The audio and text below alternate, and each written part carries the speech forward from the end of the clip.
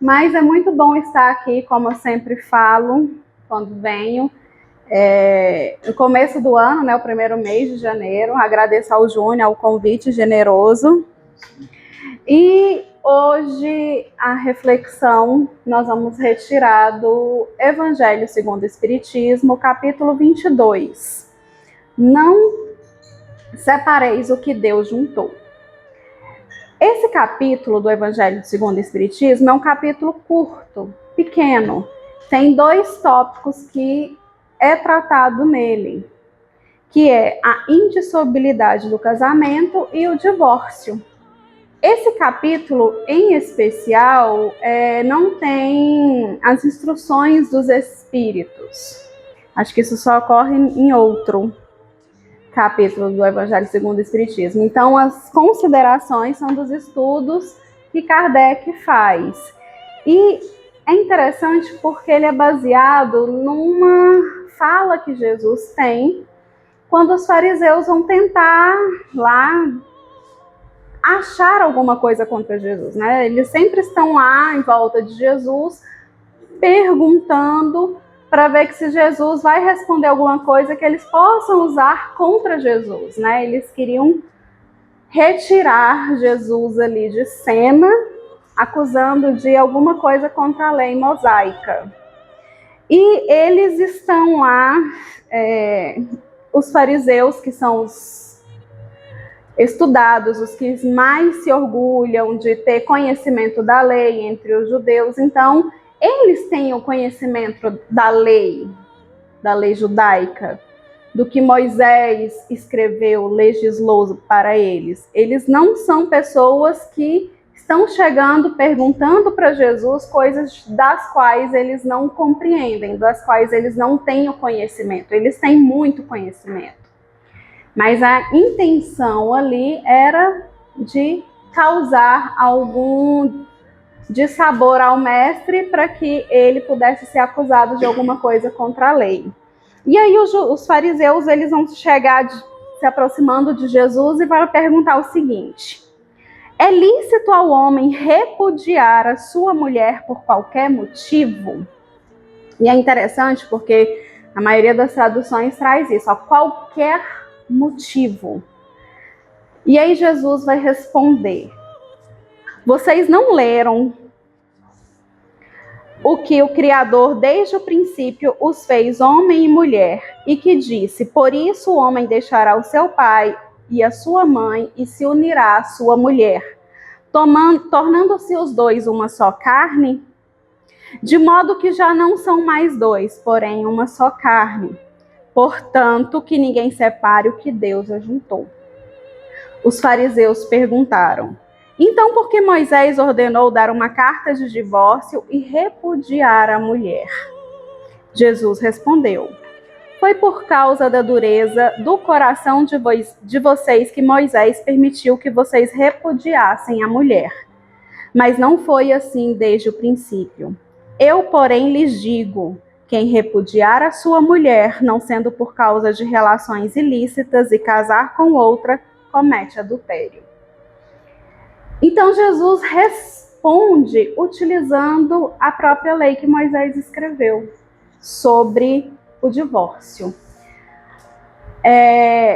Parece ruim a gente começar o ano falando de divórcio, né, de casamento e tudo, mas é uma realidade que tem aumentado dentro dos lares, dentro das famílias. E aí a intenção hoje é trazer a visão espírita, porque algumas religiões, não são todas, mas algumas religiões proíbem. Diz que o casamento ele é indissolúvel, ou seja, você casou, você tem que suportar todas as dores, todas as aflições, independente de quais que sejam, e é até que a morte o separe. Mas, se a gente observar aqui, para os judeus não era assim, existia sim o divórcio, a separação.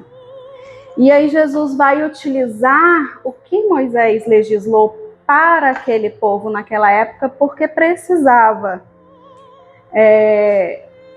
Moisés coloca lá em Deuteronômio que pode ocorrer sim o divórcio. Mas o que era preciso para ocorrer esse divórcio? Se acontecesse alguma coisa, o homem teria que dar uma carta de divórcio para a mulher e a despedir da sua casa, né? Ou seja, restituir a liberdade da mulher. Olha, o casamento não deu certo, vai parar por aqui, está aqui a carta de divórcio, e assim a mulher poderia se casar de novo, constituir uma família diferente, desde que ela tivesse a carta de divórcio. Só que se o homem desse a carta de divórcio para a mulher, ele teria que restituir também o dote que ela levou. Quando se casava, a mulher não levava o dote. Então, o que é que muitos faziam? Repudiava a mulher, mas não dava a carta de divórcio, porque divórcio é caro, até hoje né? Muitos não se separam justamente porque é caro. Mas, então, às vezes a mulher ficava mal falada, mal vista pela sociedade, porque ela tinha sido despedida pelo seu marido. Às vezes ela ficava ali no lar, servindo de empregada para o marido, para a nova mulher, e ali porque não tinha para onde ir. A mulher, um homem não poderia nem falar em público, na rua, com uma mulher. Então a mulher era muito discriminada na época e as leis eram muito severas para com ela.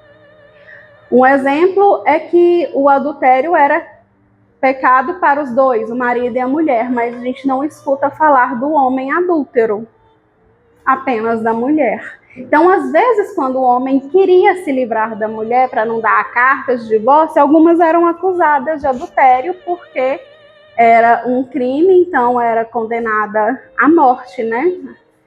Então, tem essas questões ali desse contexto quando Jesus é interpelado pelos fariseus sobre se é lícito repudiar a sua mulher por qualquer motivo.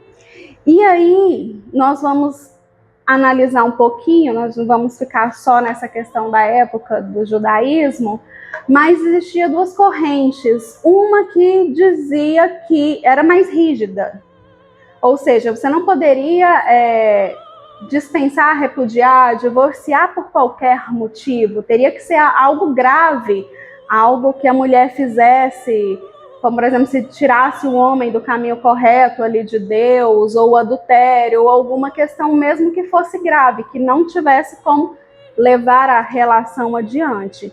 Já tinha uma outra corrente que era mais leve, que um homem poderia repudiar ali, divorciar da sua mulher por qualquer motivo, ou seja, o arroz queimou, a mulher, vou separar. Né? Então, usa um motivo banal para que ocorra a separação. Ainda bem que não é assim, porque eu queimo arroz quase todo dia. Acho que eu já contei isso para vocês. Mas eles usavam desculpas, porque quando não visse graça na sua mulher, ou seja, a mulher envelheceu, cuidou do lar, da família, aí encontrou uma mulher mais jovem que ele quisesse casar, ele arrumava um motivo qualquer para ter esse divórcio e assumir uma nova responsabilidade. Então, o divórcio não é uma questão atual. Estou explicando isso porque algumas pessoas talvez não conhecem essa parte que o divórcio já é algo antigo, né, as separações, e acham que as leis atuais facilitaram o divórcio, né? Agora, como é fácil, todo mundo divorcia. Não. Ele sempre existiu dentro das relações sociais de diversos povos e nações. Só que o que ocorre, o que a doutrina espírita vem nos dizer? Quando ocorre ali o divórcio de fato legal, quando se dá a carta de divórcio, ou no nosso contexto hoje a certidão de divórcio, só está oficializando algo que já aconteceu. Porque uma separação não ocorre da noite para o dia. A gente não dorme amando e amanhece odiando. São pequenos detalhes que no cotidiano vão se desgastando e esse desgaste vai levar ou um dos cônjuges ou os dois a optarem pelo fim das relações, da relação conjugal.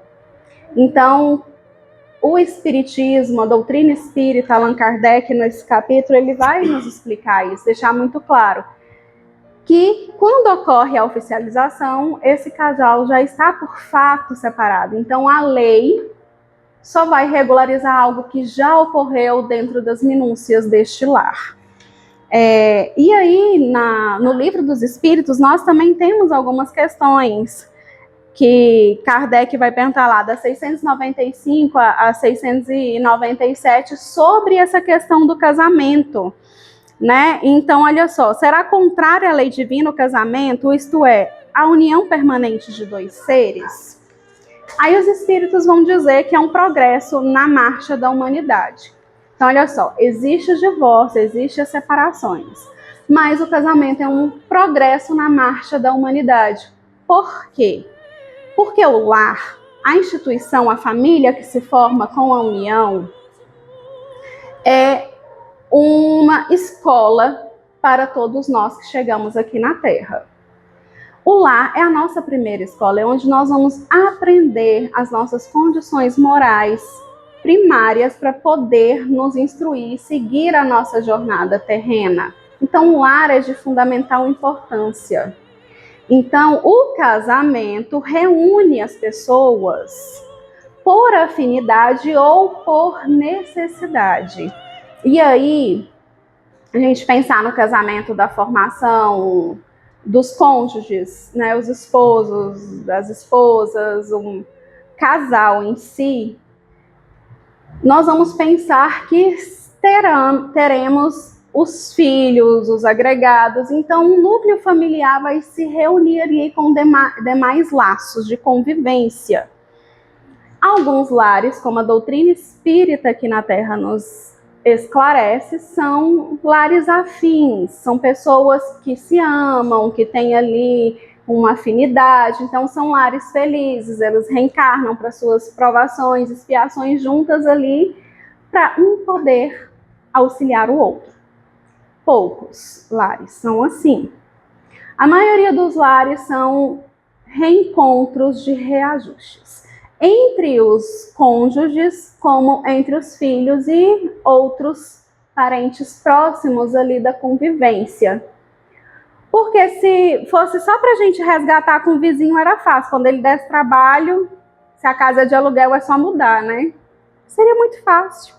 Construir um muro alto. Hoje em dia é mais fácil colocar as barreiras de som, né? As paredes que você não escuta o som lá do outro lado. Seria mais fácil. Mas o lar é um cadinho, ou seja, um lugar de depuração. Então, às vezes é melhor que não haja o casamento, se nós não soubermos lidar com o outro. Mas o casamento é uma das bases fundamentais da sociedade. As relações humanas, próximas e afetivas, é onde nós vamos aprender o instinto de amar. Amar verdadeiramente o próximo. Embora muitas das vezes nós ainda falimos nesse quesito, mas é uma escola. O lar é uma escola. Então, se não foi em uma, vai ser em outra oportunidade que nós vamos conseguir este reajuste. E aí, Kardec também vai perguntar para os espíritos o que seria da nossa sociedade se a gente abandonasse o casamento, né? E os espíritos vão responder, seria uma regressão da vida dos animais. Ou seja, se nós regredirmos e não tivermos essa união através do casamento que forma as famílias, nós não estamos sendo melhores do que os animais que vivem só por instintos. E Allan Kardec ainda vai comentar sobre essa questão de animais no reino animal que eles se associam para a vida toda. Depois que encontram um parceiro, eles vão viver até a morte com esse parceiro lá. E como nós, como humanos conscientes, deveríamos seguir esse exemplo de compartilhamento, de aprender a conviver e de amor. Porque a lei é sempre a lei de amor. E onde nós mais podemos aprender sobre o amor?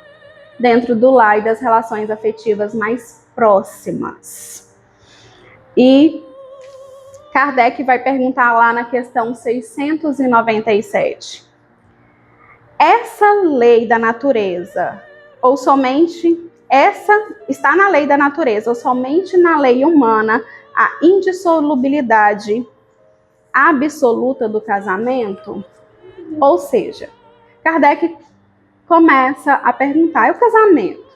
É bom, é ruim, a gente tem que casar, não tem que casar? O que acontece para a sociedade, né? Os espíritos disseram, não, faz parte da evolução moral humana. E aí Kardec vai colocar justamente nessa questão da separação. Mas pode dissolver um casamento ou não? E aí os espíritos já respondem que é uma lei humana muito contrária da natureza. O quê? Que a morte os separe. O casamento, ele não é indissolúvel. Ele pode ser dissolvido. Mas os homens podem modificar suas leis. Só as da natureza são imutáveis. Aí algumas pessoas dão a interpretação nessa resposta dos espíritos assim, beleza, então eu vou casar, se não der certo eu separo, depois eu caso de novo, aí depois eu separo, eu caso de novo. É errado? Não, mas depende dos acontecimentos, tem o lado moral. Se a gente toma o lar como a primeira escola de aperfeiçoamento de amor, e a partir do momento que a gente toma uma responsabilidade de se consorciar a outra pessoa para conviver, para passar juntos uma jornada, nós temos que fazer o nosso melhor. Jesus e a doutrina dos espíritos não vem nos dizer que é a favor do divórcio. Não é a favor e nem contra, porque existem situações que ele é necessário. Existem algumas mensagens de Emmanuel que ele retrata, de André Luiz também, essa questão do divórcio. Não é a primeira opção. Mas nós sabemos que em alguns casos ele é extremamente necessário. Quando nós ligamos a TV, nós vamos ver diversos casos horrendos sobre abuso doméstico, sobre convivências que acabam em tragédias de morte, de loucura, de suicídio e de envolvimento até dos filhos em brigas dos casais, né? Questões que a gente às vezes pensa assim, nossa, mas parece que não é real. Então, se a relação adoeceu a ponto de não haver respeito mútuo, a convivência sadia, é melhor que ocorra sim o divórcio e a separação. Porque ao invés de estarmos resgatando, nós vamos estar criando débitos muito maiores para resgatar depois. Em vez de sair com crédito, vamos sair mais devedores dessa jornada. Então, existem situações em que é necessário divórcio. É muito difícil quando alguém chega e pergunta assim, eu estou passando, vem contar a história, eu estou passando por dificuldades no meu relacionamento, e aí, eu devo separar? Gente, não respondam essa pergunta nem com sim, nem com não. É uma armadilha, tá? Nós não podemos interferir no livre-arbítrio e na decisão do outro. O auxílio que nós damos é escutar, aconselhar, porque a pessoa tem que decidir, as pessoas têm que resolverem as suas situações. Em muitos casos, aquele que tenta auxiliar ainda sai de ruim na história. É como aquela história, aquele ditado popular, né? Em briga de casal não se mete a colher, uma coisa assim. Então a gente orienta, mas existem situações que quando a família percebe que há risco de um homicídio ou alguma coisa, é claro que a situação vai se complicar e algumas atitudes têm que ser mais ávidas ali para poder conter um mal maior. Então, às vezes, o divórcio vem para isso, para evitar um mal maior. E eu já tinha estudado esse tema e estudando de novo, ficou uma frase na minha cabeça que quando a gente está nessa situação de crise, uma das perguntas que a gente deve fazer é: eu fiz tudo o que estava ao meu alcance por essa relação? Então a gente tem que se analisar também, fazer a nossa reforma íntima, o autoconhecimento que a doutrina espírita tanto nos diz que devemos fazer. Qual é o meu papel no sucesso ou no insucesso dessa relação? E se eu fiz tudo que estava a meu alcance e não foi possível manter a relação? Quando houver a separação de fato, temos filhos nessa relação, o que eu vou fazer com os filhos que nos foram confiados? Eu vou criar uma alienação parental para que haja problemas dessas crianças com os pais, com as mães, ou eu vou saber conduzir de uma forma sábia e saber que uma relação conjugal não dá certo é uma coisa e a relação de pais e filhos é outra coisa. Porque alguns cônjuges, após uma separação, utilizam as crianças, os filhos, como arma, né? Eu vou ameaçar através disso. Nós somos espíritas. Quem não é, acredito eu, pelo menos que é simpatizante da doutrina espírita.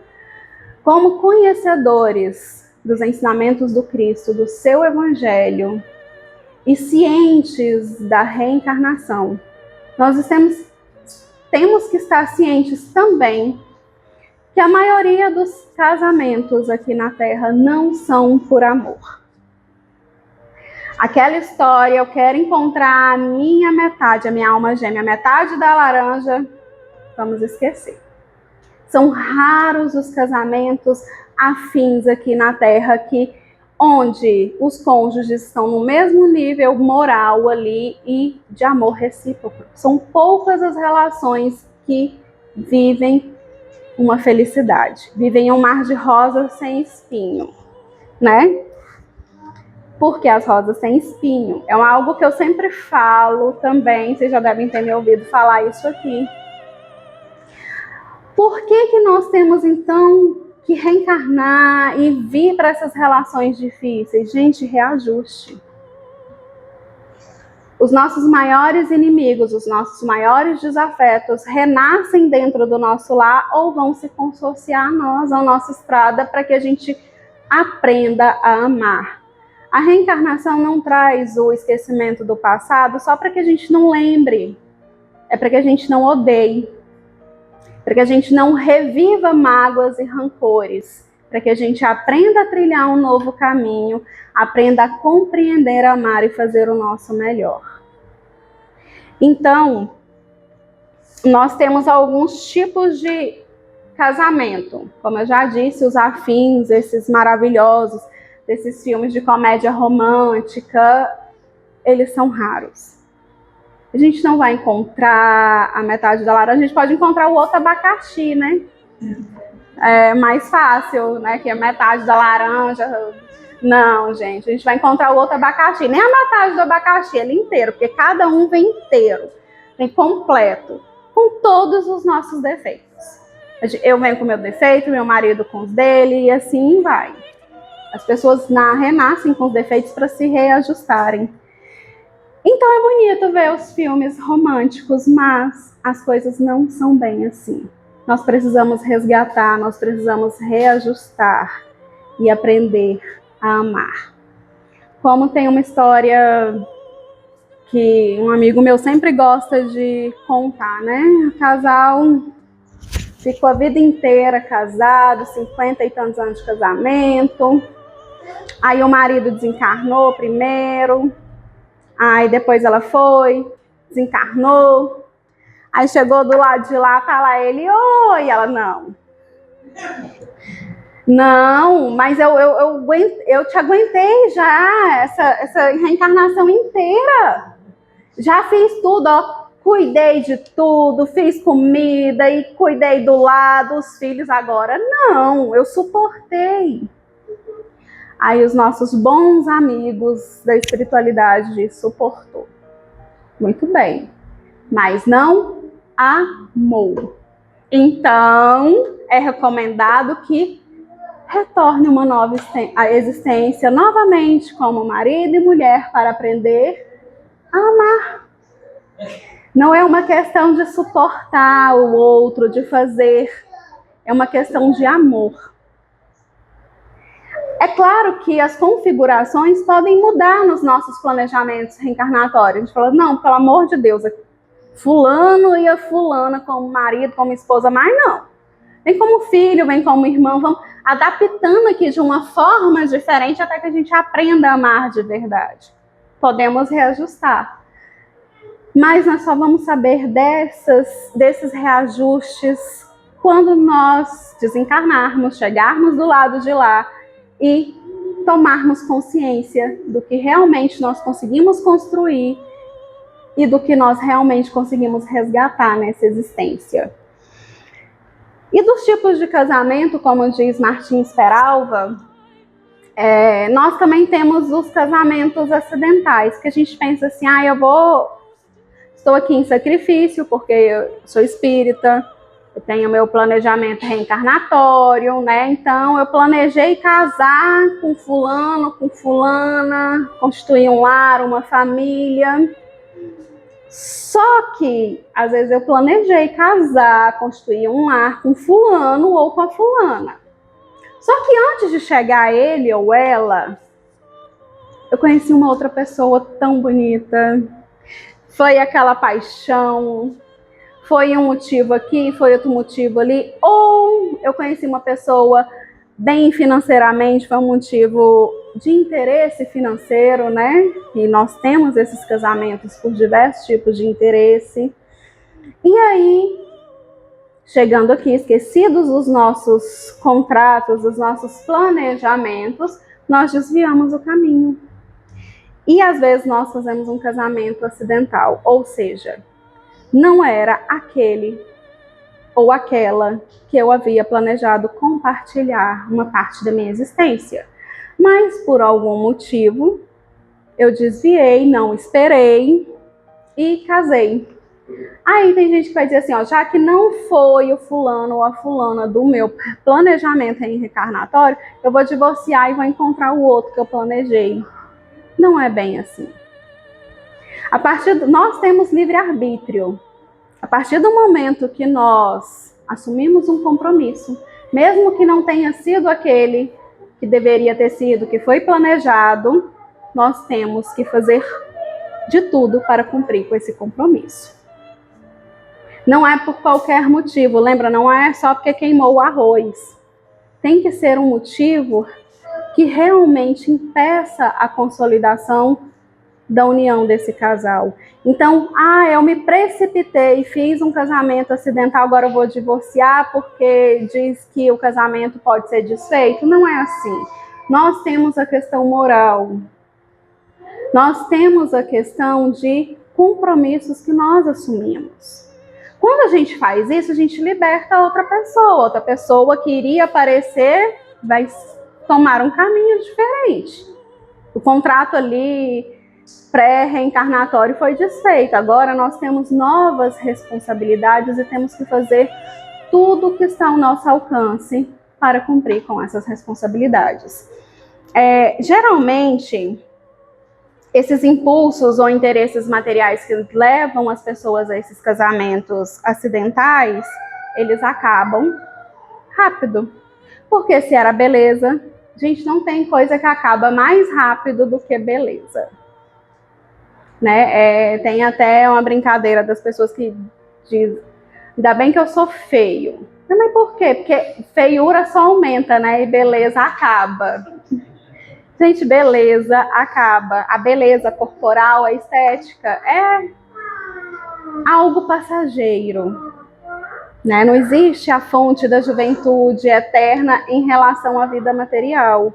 Então, se nós estamos procurando parceiros ou parceiras baseados na aparência física, essa relação vai estar fadada um dia a sofrer um desencanto. Porque não existe o amor real, não existe aquilo que vai segurar. E depois, se acontecer alguma coisa que a beleza não for tão grande assim, o que vai acontecer com aquele que se casou pela beleza? Vai desfazer o relacionamento e vai procurar outra pessoa mais bonita. É assim que acontece. Assim também quando é por interesse material. Se a gente casar só pelo interesse, pelo dinheiro, pelo financeiro,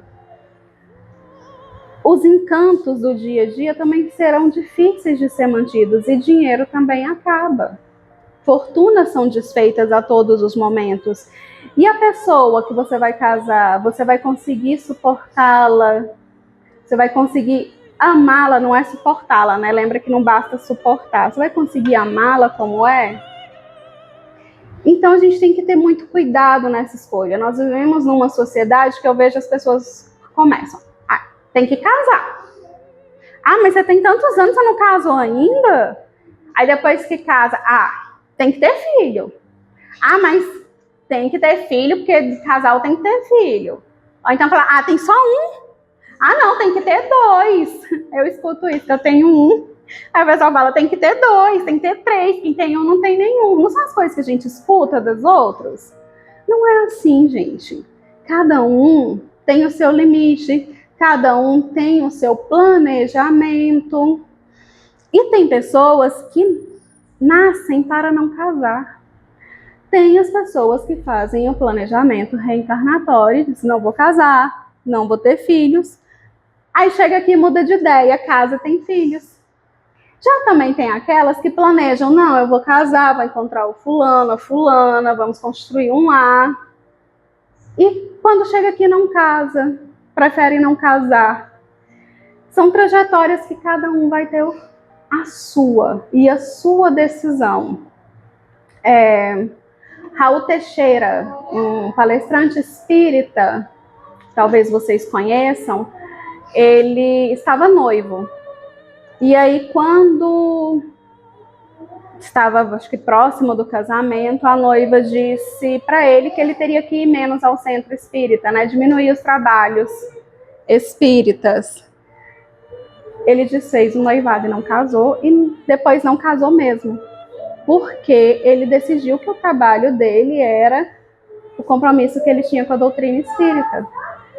Aí uns podem dizer, mas deixou de casar, mas e se o plano dele foi justamente esse? Assim como Chico, como Divaldo, né? Nós temos exemplos de pessoas que vêm para abraçar um casamento maior, que é um amor mais ampliado. São pessoas que vêm para fazer o bem a um número maior de pessoas, não só reduzido ao lar, mas que são capazes de um amor que transcende a alma, que não são aqueles que vão amar apenas aqueles que são do laço sanguíneo, que são da família, mas são as pessoas que já estão vivenciando o amor que Jesus nos ensinou, que é amar o próximo como a si mesmo. E aí o próximo não é um laço sanguíneo, é o outro, o ser, o nosso irmão em espírito.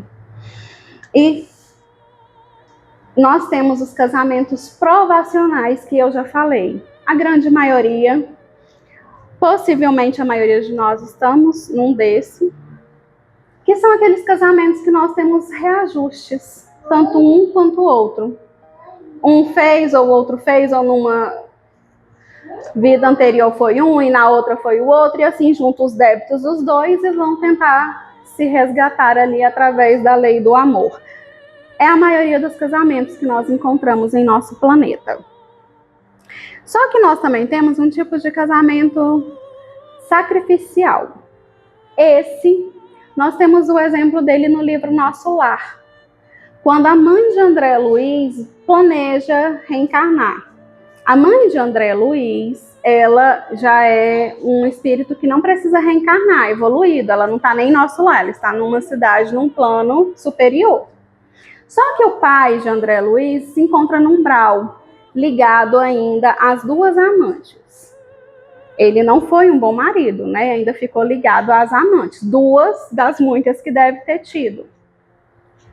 E ela vem em sacrifício, planeja uma reencarnação em sacrifício. Ela vem para encontrar novamente este marido, construir um lar, e ainda por cima vai receber as duas amantes como filhas.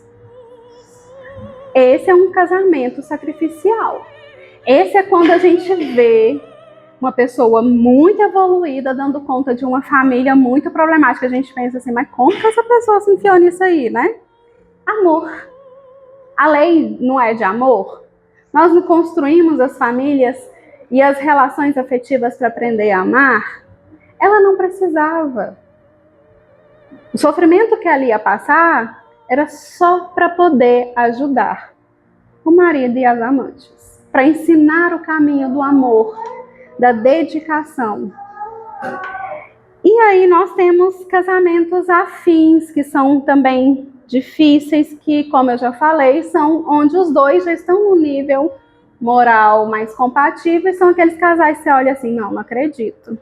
Vocês nunca brigam, vocês nunca têm compatibilidade nenhuma, né? Esses são raros. Se tiver alguém num desse, parabéns. Mas são raros, gente, mas não é difícil da gente ter uma boa convivência no lar. Porque às vezes a gente vem para um casamento provacional. Ou até mesmo antecipou e entrou numa relação acidental. Mas a forma que a gente vai resolver conduzir a relação vai fazer toda a diferença. Às vezes parar, sentar, ouvir. Ouve o que você faz que dói no outro. Fala para o outro o que ele faz que dói em você e tenta entrar numa consciência. Quem tem já essa consciência vai tentar entrar pelo diálogo da união feliz através da fraternidade. Ah, mas não é minha princesa, mas não é meu príncipe encantado, não é a minha metade da laranja, mas é quem você tem. É quem está do seu lado. E quem edifica um lar são as pessoas que moram nele. São as pessoas que moram nele. Então, independente de como tenha sido a união, é o nosso melhor que nós temos que favorecer.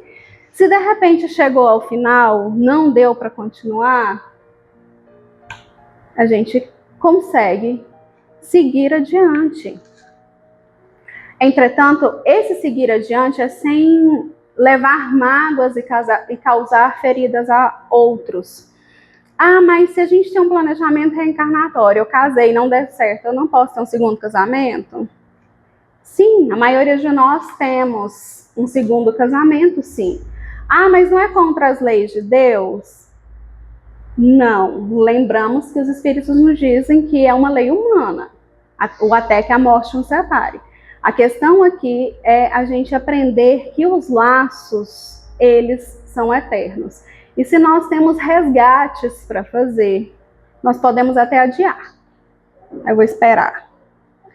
Mas um dia nós vamos ter que fazê-lo. De uma forma ou de outra.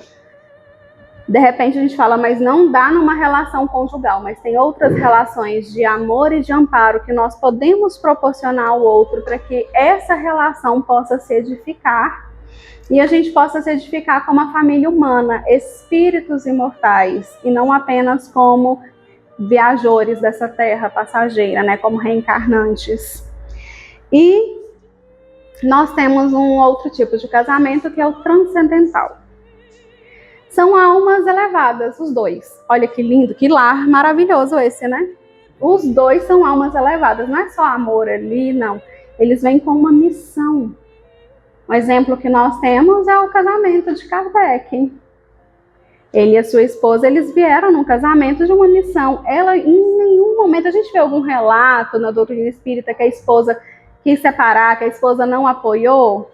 Às vezes não é tão relatado a ajuda que ela ofereceu a Kardec, porque na nossa sociedade ainda machista, né, o homem sempre leva os créditos e a mulher sempre fica ali, principalmente naquela época, em segundo plano. Mas ela foi o esteio deles. O esteio dele e ele dela. Eles juntos. Então, são casamentos que vêm por uma missão.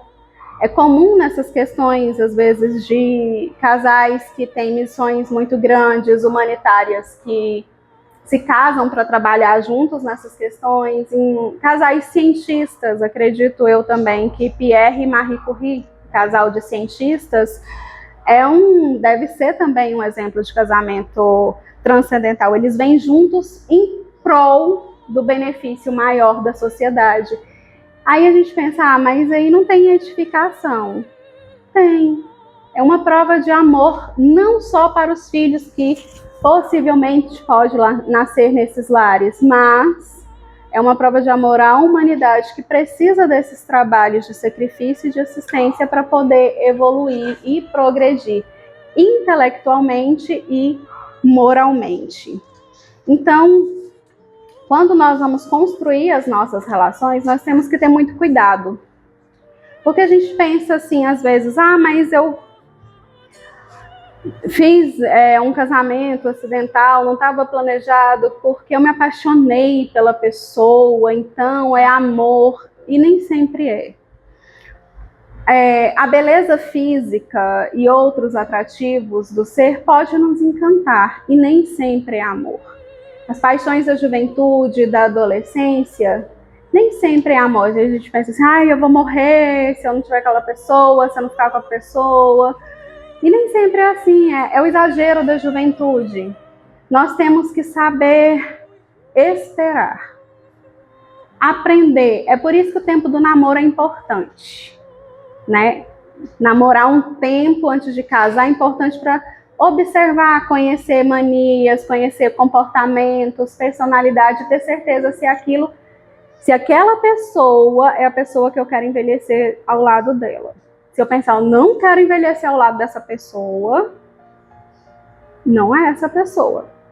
E às vezes a gente conhece casais que namoram 10 anos, casa, um mês separa, né? Também pode acontecer. Assim como eu conheço, quando eu tinha 13 anos, já tem 20 e tantos anos. Uma prima minha casou, ela tinha 15. Ela está casada até hoje. Tem o marido, tem os filhos, tem os netos, e é uma relação que, à época, ninguém acreditava. Então, quando as pessoas vão assumir esse compromisso, nós não devemos ser aqueles que vamos atirar as pedras. Mas não vai dar certo, porque é novo, porque é rico, porque é pobre, porque é feio, porque é isso, porque é aquilo. Não. Nós temos que dar os votos sinceros do melhor. Se tiver alguma orientação para fazer, que façamos de forma que não fira o outro, que não desestimule. Porque a gente escuta assim, as pessoas casam, fala assim, para quem não casou, se eu fosse você, não casava não. Aí você olha para a pessoa, mas você não é casado. Não é? A pessoa casada dizendo pro outro não casar, mas você não é casado? Aí separa e casa de novo, mas você não disse que não era para casar?